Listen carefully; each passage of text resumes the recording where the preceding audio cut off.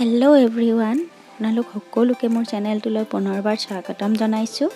আৰু আজি মই এটা মছলা ভেন্দি ৰেচিপি লৈ আহিছোঁ। ব'লকচোন আমি ৰেচিপিটো আৰম্ভ কৰোঁ। এয়া মই বিলাহী দুটা লৈছোঁ আৰু এই দুটা বিলাহী মই চপ কৰি ল'ম চপাৰত। আৰু নহৰু, জলকীয়া আৰু সৰিয়হৰ এটা পেষ্ট বনাই ল'ম। আৰু এইখিনি ভেন্দিখিনি মই নিমখ আৰু অলপ বেচন দি পেলাই এনেদৰে ভালদৰে মিলাই ল'ম। বেচন দিলে ভেন্দিৰ যিটো বিজলুৱা ভাৱ থাকে সেইটো নোহোৱা হৈ যায়। ভেন্দিখিনি এনেদৰে ইমানটো চাইজত কাটি ল'ব লাগিব। এতিয়া কেৰাহী এখন পাতি পেলাই তাত মই অলপ সৰিয়হৰ তেল দিছোঁ আৰু এতিয়া ভেন্দিখিনি অলপ ফ্ৰাই কৰি ল'ম।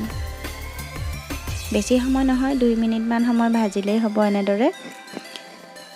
এতিয়া মোৰ এইখিনি ভজা হৈ গ'ল, এইখিনি মই নমাই দিম। এতিয়া ভেন্দি ভজা তেলতেই মই পিঁয়াজ অলপ দি দিছোঁ।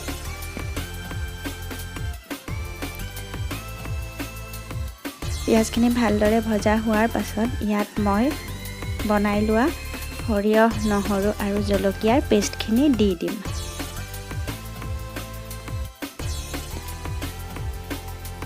এতিয়া এইখিনি অলপ সময় এনেদৰে ভাজি ল'ব লাগিব।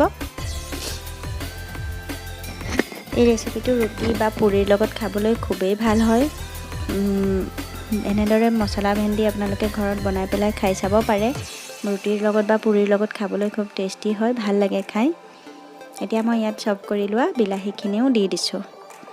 এতিয়া এইখিনি অলপ সময় এনেদৰে ভাজি ল'ব লাগিব। সোৱাদ অনুযায়ী মই অলপ নিমখ দি দিম ইয়াতে।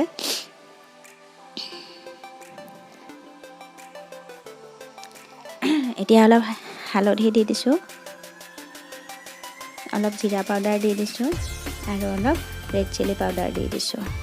এতিয়া এইখিনি অলপ সময় ভাজি ল'ব লাগিব।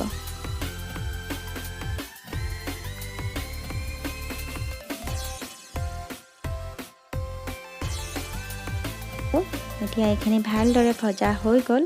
এতিয়া ইয়াত মই ভাজি ৰখা ভেন্দিখিনি দি দিম।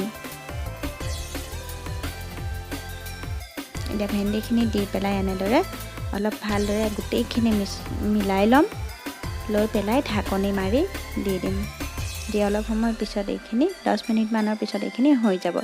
আৰু হৈ যোৱাৰ পিছত মই একেবাৰে শেষত এচামুচ বাটাৰ দি দিছোঁ। বাটাৰটো অপশ্যনেল হয়, আপোনালোকে নিদিলেও হ'ব, কোনো কথা নাই।